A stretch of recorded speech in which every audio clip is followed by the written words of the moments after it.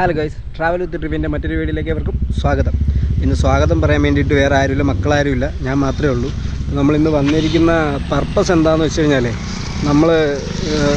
നമ്മുടെ ഒരു വണ്ടിയുടെ റിവ്യൂ ഇടാനാണ്. അപ്പോൾ ജിക്സറിൻ്റെ കമ്പനിയിലെല്ലാവരും കണ്ടാണ്. അപ്പോൾ നമ്മുടെ ജിക്സറിൻ്റെ ഒരു റിവ്യൂ കുറേ പേര് ചോദിച്ചായിരുന്നു. അപ്പോൾ ആ ഒരു റിവ്യൂ ഇടാൻ വേണ്ടിയിട്ടാണ് നമ്മൾ വന്നിട്ടുള്ളത്. കൂടുതൽ പറഞ്ഞ് വെറുപ്പിക്കുന്നില്ല, റിവ്യൂയിലേക്ക് പോകാം.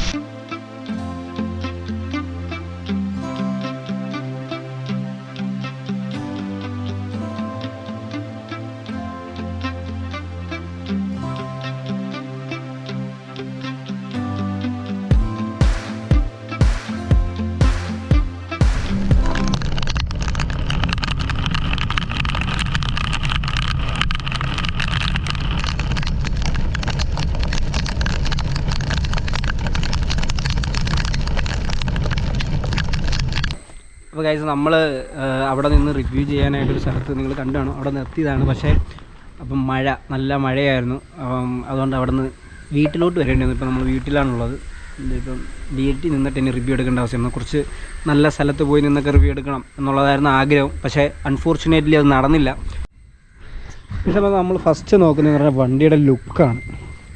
ലുക്ക് തന്നെ ഏത് ഭാഗം നോക്കിയാലും ഒരു അന്യായ ലുക്കാണ് ഈ വണ്ടിക്ക്. കാരണം ഇതിൻ്റെ മെയിൻ എന്നെ അട്രാക്റ്റ് ചെയ്തൊരു ഭാഗവും ഇതിൻ്റെ ലുക്ക് തന്നെയാണ്. കാരണം ഒരു സ്പോർട്സ് മോഡൽ വണ്ടി എന്ന് പറയുമ്പോഴത്തേക്കിന് അതിനൊരു പൊതുവെ ഒരു ലുക്ക് ഉണ്ടാവും. എങ്കിലും ഇത് എന്താണെന്നറിയില്ല, എനിക്ക് ഒരു പ്രത്യേക ഭംഗിയായിട്ട് എനിക്കിതിനെ ഫീൽ ചെയ്തു. കാരണം അതിൻ്റെ ബാക്ക് ടൈലാമ്പൊക്കെ കണ്ട നല്ല ഭംഗിയാണ് ടൈലാമ്പ്. പിന്നെ ഒരു സൈലൻസർ, ഡബിൾ ടൈപ്പ് സൈലൻസർ. പിന്നെ രണ്ടാമത് നമ്മളിത് കാണുന്നതെന്ന് പറഞ്ഞു കഴിഞ്ഞാൽ ഇതിൻ്റെ ഒരു എഞ്ചിനാണ്. എഞ്ചിൻ എന്ന് പറയുമ്പോഴത്തേക്കിന് ഒരു 250cc ഒരു ഓയിൽ കൂൾഡ് ആയിട്ടുള്ള എഞ്ചിനാണ്. പക്ഷേ പറയാതിരിക്കാൻ പറ്റത്തില്ല, കാരണം അത്യാവശ്യം നല്ല വർക്കിംഗ് ആണ്. ഒരു ഓയിൽ കൂൾഡ് എന്ന് പറയുമ്പോഴത്തേക്കിന് അത്യാവശ്യം നല്ല ഇത് കിട്ടുന്നുണ്ട്. കാരണം റിസൾട്ടാണത്.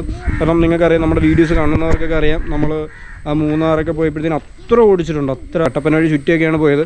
ഇപ്പോഴത്തേക്കിനും ഒരുപാട് സ്ഥലങ്ങളിൽ നമ്മളെന്താണ് ഈ റോഡ് മോശമായ റൂട്ടിലും ഒക്കെ ഒരുപാട് നേരം നമുക്ക് ഓട്ടിക്കേണ്ടി വന്നിട്ടുണ്ട്. പക്ഷേ അവിടെയൊക്കെ ഒരു കുഴപ്പവും ഇല്ലാതെ വണ്ടി നല്ല രീതിയിൽ നമുക്ക് നല്ല സപ്പോർട്ടായിരുന്നു. വേറെ ആ ഒരു കൂളിംഗ് എഞ്ചിനിൽ ഒരു ചെറിയ തരത്തിൽ നമുക്ക് വേറെ എങ്ങോട്ട് ഹീറ്റ് വരില്ല. ജസ്റ്റ് കാലിന് മാത്രം ഒരു ചെറിയ, അത് നോർമലി നമ്മൾ ഫുട്പാക്ക് ഇവിടെയാണ് വരുന്നത്, കാലിവിടെ വരുമ്പോൾ എന്തായാലും ഇവിടുന്ന് ഒരു ചെറിയ ഹീറ്റ് അടിക്കും. അതല്ലാതെ മേലേക്ക് ഹീറ്റ് വരുന്നത് അങ്ങനെയുള്ള ഇഷ്യൂസൊന്നുമില്ല. കാരണം എല്ലാം നല്ല പ്രൊട്ടക്റ്റഡ് ആണ്. പിന്നെ അത്യാവശ്യം എൻ്റെ ക്വാളിറ്റി പറഞ്ഞാൽ ബിൽഡ് ക്വാളിറ്റി അത്യാവശ്യം വലിയ കുഴപ്പമില്ലാത്തൊരു ബിൽഡ് ക്വാളിറ്റിയാണ്. ഇവിടുന്ന് വൈബ്രേഷനോ കാര്യങ്ങളൊന്നുമില്ല. പിന്നെ എനിക്കിതിനകത്ത് പൊതുവെ ഇഷ്ടമല്ലാത്ത തരുന്നൊരു സാധനം എന്ന് പറഞ്ഞാൽ ഇതിൻ്റെ ഈ വൈസറാണ്. ഈ വൈസർ സംഭവം എന്ന് പറഞ്ഞാൽ ഇതിപ്പോൾ കമ്പനി വരുന്നതല്ല. ഇത് നമ്മൾ ഒരു ബബിൾ വൈസർ, ഇത് സെക്കൻഡറി മേടിച്ച് വയ്ക്കുന്നതാണ്. ഇത് വയ്ക്കുമ്പോൾ കുറച്ചും കൂടെ നിങ്ങൾക്ക് ഒരു ലുക്ക് കിട്ടും. നോർമലി വൈസർ വരുമ്പോൾ ഈ ഒരു ലെവലിലേ വരുള്ളൂ. കാരണം അത് ഈ വണ്ടിക്ക് അവർ എന്ത് കണ്ടിട്ടാണ് ഇങ്ങനെ ചെയ്തതെന്ന് വെച്ചാൽ എനിക്കറിയത്തില്ല. ഒരു ബന്ധമില്ലാത്തൊരു വൈസറാണ്. ഇതിൻ്റെ ഏറ്റവും മോശ കാര്യങ്ങളൊന്നാണ് ഇതിൻ്റെ വൈസർ. അപ്പോൾ ഇതിനെ പറ്റിയിട്ട് നിങ്ങളുടെ അഭിപ്രായങ്ങൾ നിങ്ങൾ കമൻറ്റായിട്ട് ഇടണം. കാരണം ഈ വണ്ടിയെ പറ്റി അറിയാവുന്നവർക്ക് അതറിയാം. പിന്നെ സെക്കൻഡറി നമുക്ക് പറയാൻ വരുന്ന കാര്യം എന്ന് വെച്ച് കഴിഞ്ഞാൽ ഇതിൻ്റെ ഹോൺ ഒരു സിംഗിൾ ഹോണാണ് ഇതിന് വരുന്നത്. ഞാൻ ആ ഹോണ് മാറ്റിയിട്ട് വേറെ ഒരു ഹോണും കൂടെ എക്സ്ട്രാ കയറ്റിയിട്ടുണ്ട്. അപ്പോൾ ഇത് കുറച്ചും കൂടെ ശബ്ദം കിട്ടും, നിങ്ങൾക്ക് കേൾക്കാം. ഒരു ചെറിയൊരു ശബ്ദം കൂടെ നമുക്കൊരു വ്യത്യാസം വരും. രണ്ട് ഹോണിൻ്റെ ഒരു ശബ്ദം എന്ന് പറഞ്ഞാൽ ഈ വണ്ടിയുടെ ഒരു ലുക്കിന്, ഈ വണ്ടിയുടെ ഒരു ടോട്ടൽ ലുക്കിന് ഒരു ബന്ധമില്ലാത്തൊരു ഹോണാണ് അവർ കൊടുത്തിട്ടുള്ളതും ഈ വൈസറും. ഇത് രണ്ടും ഇതിന് ഒരു തരത്തിൽ ആപ്റ്റാവാത്തൊരു കാര്യം. ടോട്ടൽ ഓവറോൾ വണ്ടിയിൽ രണ്ട് മൈനസായിട്ട് എനിക്ക് തോന്നിയിട്ടുള്ള രണ്ട് കാര്യങ്ങൾ അതാണ്. ബാക്കിയെല്ലാം വളരെ വെൽ സെറ്റപ്പായിട്ടാണ് അവർ ചെയ്തിട്ടുള്ളത്. പിന്നെ എന്ന് പറഞ്ഞാൽ ഇതിൻ്റെ സീറ്റിനെ കുറിച്ചാണ് ഗൈസ് പറയാനുള്ളത്. സീറ്റ് എന്ന് പറയുമ്പോഴത്തേക്കിന് അത്യാവശ്യം വലിയ കുഴപ്പമില്ലാത്തൊരു സീറ്റാണ് വരുന്നത്. പക്ഷേ എങ്കിലും ഞാൻ ഇതിനകത്തൊരു സെക്കൻഡറി ഒരു സംഭവം മേടിച്ച് വെച്ചിട്ടുണ്ട്, നിങ്ങളെ കാണിച്ചു തരാം. അതുകൊണ്ട് ഇത് നമ്മളിതിനകത്തൊരു ഇതൊന്ന് പിൻ ചെയ്ത് കൊടുത്താൽ മതി. നമുക്കിത് ആമസോണിൽ നിന്ന് മേടിക്കാൻ കിട്ടുന്നതാണ്. പിന്നെ ഇതിൽ ഞാനൊരു കാര്യം ചെയ്യുന്നത്, നമ്മൾ ഇപ്പോൾ മൂന്നാർ ട്രിപ്പ് നമ്മൾ പോയിട്ട് വന്നപ്പോഴത്തേന് ഭയങ്കര അൺകംഫർട്ടബിൾ ആയിരുന്നു യാത്രയ്ക്ക്. വൈഫിന്, എനിക്ക് വലിയ കുഴപ്പമില്ലായിരുന്നു. ഇത് കുറച്ച് വെയിറ്റ് ഉള്ളവർക്ക് കുറച്ച് ബുദ്ധിമുട്ടാണ്. വെയിറ്റ് ഇല്ലാത്തവരാണെങ്കിൽ താങ്ങും. അപ്പോൾ ഞാനത് ജെല്ല് കയറ്റിയിട്ട് ആ ഒരു കുഷൻ ഇത് മേടിക്കാൻ കിട്ടും, അത് കയറ്റി. പക്ഷേ എങ്കിലും അത്ര സക്സസ് അല്ല. നമ്മൾ കുറച്ചും കൂടെ അതിനകത്ത് മോഡിഫിക്കേഷൻ ചെയ്യുന്നുണ്ട്. പിന്നെ നമ്മൾ സെക്കൻഡറിയിൽ ഈ ഒരു സംഭവം, ഈ ഗ്രാബിൽ ഇത് മാറിയിട്ട് നമുക്കിവിടെ ഈ ചാരി ഇരിക്കാനും ഒക്കെ പറ്റുന്ന രീതിയിലൊരു കാരിയർ മേടിച്ചിട്ടുണ്ട്. നമുക്ക് ഈ ബാഗ് ലഗേജൊക്കെ ഇടാനും ഒക്കെ ഒരു സൗകര്യമായിട്ടുള്ളൊരു സംഭവം മേടിച്ചിട്ടുണ്ട്. നമ്മളത് എവിടെയെങ്കിലും പോകുമ്പോഴേ വെക്കുകയുള്ളൂ, അല്ലാത്തപ്പോൾ ഞാൻ വെക്കാറില്ല. കാരണം അതൊരു ടോട്ടൽ ലുക്കിന് ഇതാണ് ബെറ്റർ എന്നുള്ളതുകൊണ്ട് ഞാൻ അങ്ങനെ തന്നെയാണ് അതിനെ കണ്ടിന്യൂ ചെയ്യുന്നത്. പിന്നെ നമ്മൾ എഞ്ചിൻ്റെ ഭാഗത്തോട്ടൊക്കെ നോക്കുമ്പോഴത്തേക്കെന്ന് പറഞ്ഞു കഴിഞ്ഞാൽ ഞാൻ ഓൾറെഡി പറഞ്ഞു കഴിഞ്ഞു, ഒരു റിഫൈൻമെൻ്റ് എന്ന് പറഞ്ഞു കഴിഞ്ഞാൽ ഒരു അന്യായ റിഫൈൻമെൻറ്റാണ്. അത് പറയാതിരിക്കാൻ കഴിയില്ല. ഒരു സുസുക്കി അത് എങ്ങനെ ചെയ്യുന്നു എന്ന് വെച്ചാൽ ഒരു ഐഡിയ ഇല്ല ഗൈസ്. കാരണം യാത്രാ സുഖം എന്ന് പറഞ്ഞു കഴിഞ്ഞാൽ ഒരു രക്ഷയില്ലാത്ത യാത്രാ സുഖമാണ്. എഞ്ചിൻ്റെ ഭാഗത്തുനിന്നും ഷോക്ക് അബ്സറൊക്കെ വളരെ എന്താണ് ഹെൽപ്ഫുൾ ചെയ്യുന്നുണ്ട് നമുക്ക് യാത്രയ്ക്ക്. വളരെ നല്ലൊരു ഒരു ബ്രില്യൻറ്റ് വർക്ക് എന്ന് തന്നെ പറയാം ഷോക്ക് അബ്സർ. കാരണം എൻ്റെ ഒരു ഫ്രണ്ട് ഞാനും അവനും കൂടെ ഈ അടുത്ത സമയത്തൊരു യാത്ര പോയി. അവൻ അത്യാവശ്യം വെയിറ്റുള്ള ആളാണ്. നമ്മൾ നാഗർകോവിൽ അപ്പം വലിയ കട്ടറൊക്കെ ഇവിടുന്ന് കേരളം വിട്ട് അങ്ങോട്ട് അറിയില്ല, വളരെ മോശം റോഡുകളാണ് മിക്കവാറും. വലിയ കട്ടറിലൊക്കെ നമ്മൾ പോയി വീണിട്ട് പോലും വണ്ടി അറിയുന്നില്ല എന്നൊരവസ്ഥയായിരുന്നു. അപ്പം ഷോക്ക് അബ്സർ എന്ന് പറഞ്ഞാൽ വളരെ ഫ്രണ്ട്ലി ആയിട്ടുള്ളൊരു ഷോക്ക് അബ്സറാണ്. നമ്മുടെ ഒരു വെയിറ്റിനെയൊക്കെ വളരെ നല്ല രീതിയിൽ മാനേജ് ചെയ്ത്, എനിക്ക് വെയിറ്റ് കുറവാണെങ്കിലും അവന് നല്ല വെയിറ്റാണ്, പക്ഷേ ഒരു കുഴപ്പമില്ലാതെ മാനേജ് ചെയ്ത് പോകുന്നൊരു ഷോക്കാണ്. ഫ്രണ്ടാണെങ്കിലും ബാക്കാണെങ്കിലും രണ്ടും. അപ്പം ഷോക്ക് അബ്സറിനെ കുറിച്ച് നമുക്ക് അതാണ് പറയാനുള്ളത്. പിന്നെ നമ്മൾ നോക്കുമ്പോഴത്തേക്ക് ഇതിനകത്ത് വളരെ മിനിമലായിട്ടുള്ള കാര്യങ്ങളേ ഉള്ളൂ. അതുകൊണ്ട് എഞ്ചിൻ ഓൺ ഓഫ്, പിന്നെ നമുക്കൊരു സ്റ്റാർട്ട് ചെയ്യാനുള്ളൊരിത്, പിന്നെ ഇവിടെ നോക്കിക്കഴിഞ്ഞാൽ ഡിമ്മും ബ്രൈറ്റ്, പിന്നെ ഇവിടെ പാസ് ലൈറ്റ്, ഇൻഡിക്കേറ്റർ, ഹോൺ. അപ്പോൾ വളരെ നോർമലായിട്ടൊരു സംഭവമാണ്.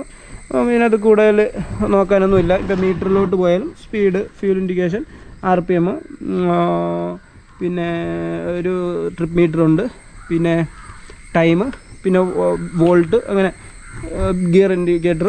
അപ്പോൾ വളരെ നോർമലായിട്ടുള്ളൊരു ഇതാണ് എന്ന് പറഞ്ഞാൽ ബേസിക്, നമുക്ക് കൂടുതലായിട്ടുള്ളതൊന്നുമല്ല. പിന്നെ ഇതിനകത്ത് ഇത്രയും ഒരു റേറ്റുള്ളൊരു വണ്ടി എന്ന നിലയിൽ അവർ ഒരു ആവറേജ് എന്താ പറയുക ഒരു കിലോമീറ്ററിനെ പറ്റിയിട്ടോ അപ്പോൾ അങ്ങനെയുള്ള കുറച്ച് കാര്യങ്ങളൊക്കെ അവർക്ക് കൊടുക്കായിരുന്നു. അപ്പം നമ്മുടെ ഫ്യൂവലിൻ്റെ വെച്ചിട്ട് ഇപ്പോൾ പുതിയ വണ്ടിയിൽ വരുമ്പോഴത്തേക്കിന് ഇപ്പോൾ ഇതിൻ്റെ ഒരു 2024 വണ്ടിയൊക്കെ വരുമ്പോഴും ഒരു നാവിഗേഷനും കൂടെ വരുന്നുണ്ട് അതിനകത്ത്. അപ്പോൾ അതാണ് കുറച്ച് ഒരു ചെറിയ വ്യത്യാസം. അത് മാത്രമാണെന്നാണ് എൻ്റെ ഒരു വിശ്വാസം. വേറെ എന്തെങ്കിലും ഉണ്ടോ എന്ന് എനിക്കറിയാൻ വയ്യ. അപ്പം അത് മാത്രമാണ് ഒരു വേരിയേഷൻ വരുന്നത്. പിന്നെ ബ്രേക്കിങ്ങിനെ കുറിച്ച് പറയാനാണെങ്കിൽ ഡുവൽ ചാനൽ ABS ആണ് വരുന്നത്. രണ്ടും ABS ആണ്, ഡിസ്ക് ബ്രേക്കാണ്. വളരെ എന്താ പറയുക ഒരു ഭയങ്കര ഒരു ഇതായിട്ട് കിട്ടുന്നൊരു ബ്രേക്കാണെന്ന് വെച്ചാൽ അല്ല, ഒരു എന്താ പറയുക ഒരു ബിഗിനർ ഫ്രണ്ട്ലി ബ്രേക്കാണ്. അതെന്ന് വെച്ചാൽ പെട്ടെന്നൊരു പിടിച്ച് അങ്ങനെ നിൽക്കുക എന്നുള്ളതല്ല, കുറച്ച് ഒഴുകിയേ നിൽക്കുകയുള്ളൂ. അത് ചില സമയം എനിക്ക് കുറച്ചും കൂടെ ബ്രേക്കിംഗ് ബെറ്റർ ആയാൽ കൊള്ളാമെന്ന് എനിക്ക് പേഴ്സണലി തോന്നിയിട്ടുണ്ട്. അത്ര ബെസ്റ്റ് ബ്രേക്കിംഗ് ആണെന്ന് ഞാൻ പറയത്തില്ല, എന്നാലും ഓക്കെയാണ് ബ്രേക്കിംഗ്. പിന്നെ ഇതിൻ്റെ ഒരു പൊസിഷനിങ് എന്ന് പറഞ്ഞു കഴിഞ്ഞാൽ നമ്മൾ വണ്ടിയിൽ കയറി കഴിഞ്ഞാൽ ഒരു പൊസിഷനിങ് അത് ഒരു എന്താ പറയുക നമുക്കൊരു സ്പോട്ട്. ഇപ്പോൾ നമ്മൾ നോർമലി കണ്ടിട്ടുള്ള, ഞാൻ ബ്രാൻഡുകൾ പറയുന്നില്ല, നിങ്ങൾക്കറിയില്ല, ഇതേ മോഡലുള്ള മറ്റു പല വണ്ടികളെയും വെച്ച് നോക്കുന്ന സമയത്ത് നമുക്ക് കുറച്ച് അത്യാവശ്യം നല്ലൊരു പൊസിഷനാണ്. കാരണം നമുക്ക് 2 പൊസിഷനിലും ഇരിക്കാൻ കഴിയും എന്നുള്ളതാണ് ഇതിൻ്റെ മെയിൻ. നമുക്ക് അതുകൊണ്ട് ഇങ്ങനെ ഇരിക്കാം, ഇങ്ങനെ കയറിയിരിക്കാം, നമുക്ക് ഇറങ്ങിയിരുന്നിട്ട് ഓട്ടിക്കാം. അത്യാവശ്യം എന്ന് പറഞ്ഞാൽ നമ്മൾ നോർമലി ഇങ്ങനെ കിടന്ന് ഓട്ടിക്കുന്നൊരു ഓട്ടിപ്പ് വേണ്ടി വരുന്നില്ല. അത്യാവശ്യം നോർമലി വളരെ നമ്മൾ കൂളായിട്ട് നമുക്ക് നോർമലി കണ്ട ഞാനിപ്പോൾ ഇരിക്കുന്ന പോലെ നോർമലി ഇരുന്നിട്ട് നമുക്ക് ഓട്ടിക്കാൻ പറ്റും. ഈ സ്റ്റാൻഡിൻ്റെ സൈഡ് സ്റ്റാൻഡ് ഇൻഡിക്കേറ്ററോ സെൻസറോ കാര്യങ്ങളോ ഒന്നും വരുന്നില്ല. അത് പുതിയ വണ്ടിയിലുണ്ടോ എന്ന് ചോദിച്ചാൽ എനിക്കറിയില്ല. ഈ മോഡലിൽ അത് വരുന്നില്ല. 2021 BS6 അത് വരുന്നില്ല. പിന്നെ ഞാൻ എന്തുകൊണ്ട് ഈ വണ്ടി എടുത്തു എന്ന് എൻ്റെ അടുത്ത് വെച്ച് കഴിഞ്ഞാൽ ലുക്ക്, കംഫർട്ട്, മറ്റുള്ള വണ്ടികളെ പോലെ ഒരുപാട് കിടന്ന് അങ്ങനെ ഓട്ടിക്കേണ്ട, അത്യാവശ്യം നല്ല പവർ. ഞാനൊരു 145 വരെയൊക്കെ ക്രൂസ് ചെയ്തിട്ടുണ്ട്. അതിന് ഫൈനും കിട്ടിയിട്ടുണ്ട്, ഞാൻ ഫൈൻ അടച്ചിട്ടുണ്ട്. ഒരു 145 വരെയൊക്കെ ഞാൻ ഇതിനകത്ത് ഓട്ടിച്ചിട്ടുണ്ട്. അത് റെക്കമെൻഡ് ചെയ്യുന്നില്ല ആരടുത്തും. ഞാനിത് മേടിച്ച സമയത്ത് ഒരു 3 years മുന്നേ, ഒരു 3 വർഷം മുന്നേ ഉള്ള കാര്യമാണ് പറയുന്നത്. അന്ന് ഞാൻ ഈ വണ്ടി കുറച്ച് നമുക്ക് സാമ്പത്തിക ബുദ്ധിമുട്ടുകളുണ്ട്. അന്ന് നമ്മൾ നിങ്ങൾക്കറിയാം, നമ്മുടെ റിവ്യൂസൊക്കെ കാണുന്ന ആൾക്കാർക്ക് അറിയാം, കൊടുത്തിട്ട് ഞാൻ പിന്നെ വേറെ വണ്ടി മേടിച്ചതാണിത്. ഇത് ആ വണ്ടിയല്ല, ഇത് വേറെ വണ്ടിയാണ്. അപ്പോൾ നമ്മളിത് മേടിച്ച് വീണ്ടും അത് തന്നെ എന്തുകൊണ്ട് മേടിച്ചെന്ന് വെച്ചാൽ ഇതിൻ്റെ കംഫർട്ടാണ്. കാരണം എനിക്കൊരു CBR 250 ആയിരുന്നു താല്പര്യം, പക്ഷേ ഇപ്പോൾ ഇറങ്ങുന്നില്ല CBR. അപ്പം അതുകൊണ്ടാണ് ഞാൻ പിന്നെ എന്ത് എന്നുള്ളൊരു ഇതിലിരിക്കുമ്പോൾ എനിക്ക് വേറെ ഇതേ ലുക്കിലുള്ള പല വണ്ടികളോട് എനിക്ക് വലിയ താല്പര്യമൊന്നുമില്ല. ഓവറോൾ ക്വാളിറ്റിയിൽ എനിക്ക് താല്പര്യമില്ല. അപ്പോൾ ഞാൻ ഒരുപാട് നോക്കിയപ്പോഴത്തേക്കിനും എനിക്ക് ഏറ്റവും എന്ന് വെച്ചാൽ പില്യൺ കംഫർട്ട് എന്ന് പറഞ്ഞാൽ പില്യൺ ഇരിക്കാൻ പറ്റണം. ഫസ്റ്റ് ഓഫ് ഓൾ നമ്മൾ ഒറ്റയ്ക്ക് കയറി എന്ന് വെച്ചാൽ ഞാനും എൻ്റെ ഒരു കൂട്ടുകാരനും പോകാൻ വേണ്ടി മാത്രം നമ്മൾ വണ്ടി എടുത്ത് വെച്ചിട്ട് കാര്യമല്ലോ, നമ്മൾ വീട്ടിലുള്ളവരെയും കൂടെ പരിഗണിക്കണം. അപ്പോൾ അങ്ങനെ ഒരു തരത്തിൽ ഞാൻ വണ്ടി നോക്കിയപ്പോഴത്തേക്കിനും എനിക്ക് ഏറ്റവും ബെസ്റ്റായിട്ട് തോന്നിയത് ഇതാണ്. എന്ന് പറയുന്നതിന് അത് മക്കളെയൊക്കെ വെച്ചുകൊണ്ട് പോകാനൊക്കെ പാടായിരിക്കും.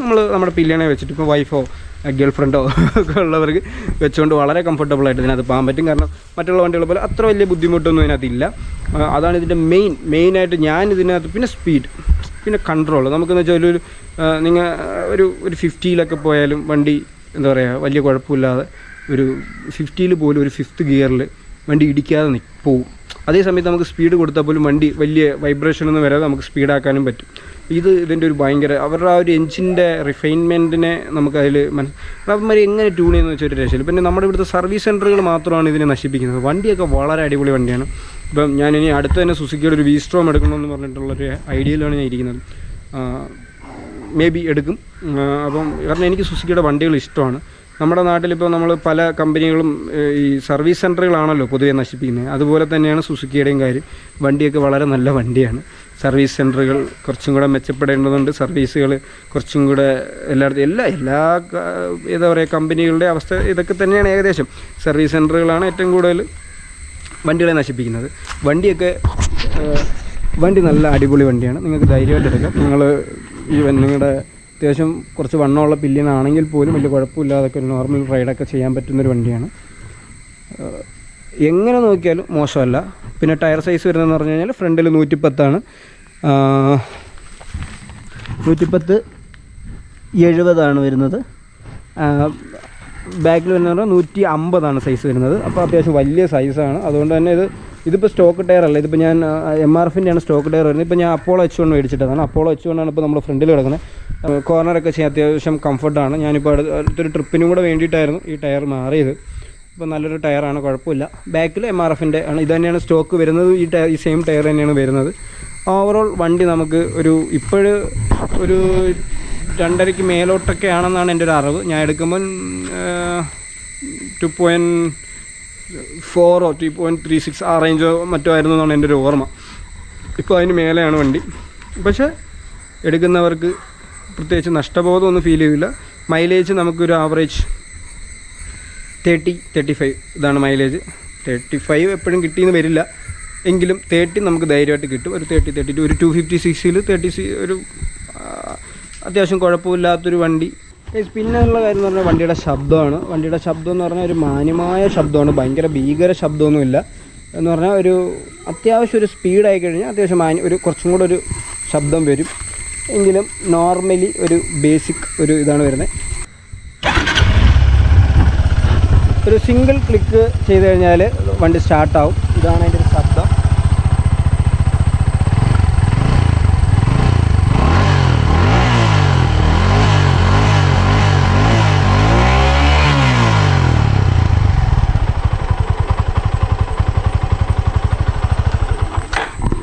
അപ്പം ഇതാണ് ഗൈസ് വണ്ടിയുടെ ശബ്ദം. അപ്പം എടുക്കണോ വേണ്ടോ നിങ്ങൾക്ക് തീരുമാനിക്കാം. വണ്ടി വളരെ നല്ല വണ്ടിയാണ്.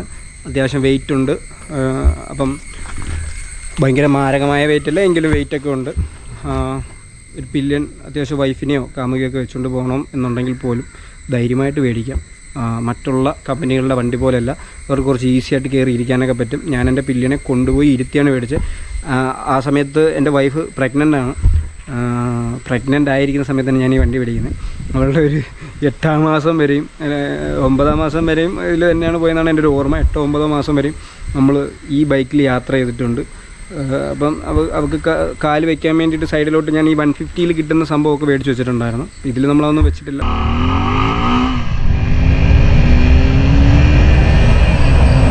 പിന്നെ 0 to 100 വളരെ ഈസി ആയിട്ട് കയറും. നമുക്കൊരു 3rd ഗിയറിൽ തന്നെ 100 ആവാൻ കഴിയും. പക്ഷെ ഞാനിത് കുറച്ച് പതുക്കെ പോവുകയാണ്. എങ്കിലും വളരെ ഈസി ആയിട്ട് 100 ക്രൂസ് ചെയ്യും വണ്ടി.